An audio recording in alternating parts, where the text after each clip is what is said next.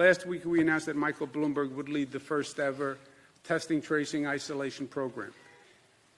The estimate so far is you need 30 contact tracers for every 100,000 people who are in the affected area. Statewide, that would be about 6,400 to 17,000 tracers, depending on what happens on the testing rate.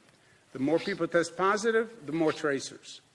And Mayor Bloomberg has put together a great team who's going to work on this. He has great talent in his Bloomberg Philanthropy, Johns Hopkins University, working together with the New York State Department of Health. Where do you get the Army? Well, we have Department of Health employees all across the state. Counties have them, cities have them, the state has them. You also have a lot of government employees who are at home now getting paid but are not working. What government employees who are now existing, city, state, county, can we deploy to become tracers and then train them, et cetera? After you go through all of that, if you don't have enough, you're going to have to hire people. And then you have to train them right away because nobody's done this before. They're going to need help. They're going to need technology. They're going to need monitoring. They're going to have to be tested before they can do this.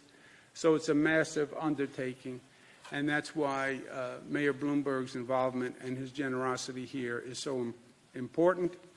Now, to get the contact tracing program up and running a lot has to happen first, and hiring, training, deploying, and managing a small army of New Yorkers, as the governor said, is really the great challenge. To help the state recruit contact tracers, we've brought in a staffing organization. And we're also teamed up with CUNY and SUNY, both of which will help identify potential job applicants. And I want to thank both of them for their work in joining us. To help the state with training, Johns Hopkins has developed a training class which can be taken remotely. It will cover all the basic information of epidemics, contact tracing, and privacy. There's also a test at the end of the training, which you have to pass in order to be hired. So we're not going to put out people there that don't know what they're doing. We'll also put technology to use in other ways. Vital Strategies is developing 3 new smartphone apps. The first will help contact tracers find information and data quickly. The second will help the public provide information to health departments.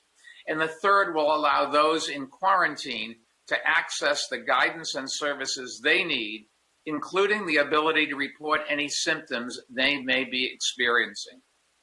Vital Strategies is also working directly with the state to develop protocols and workflow materials for contract tracers and managers. That includes a comprehensive playbook that will detail the steps needed to do contact tracing effectively. And I want to make it clear, we will release that playbook publicly so cities and states around the country can use it, and so can nations around the world. We'll also bring in a group of outside experts to conduct an evaluation of the program so that other states and countries can see what worked well and identify areas they can improve on. And we'll learn as we go.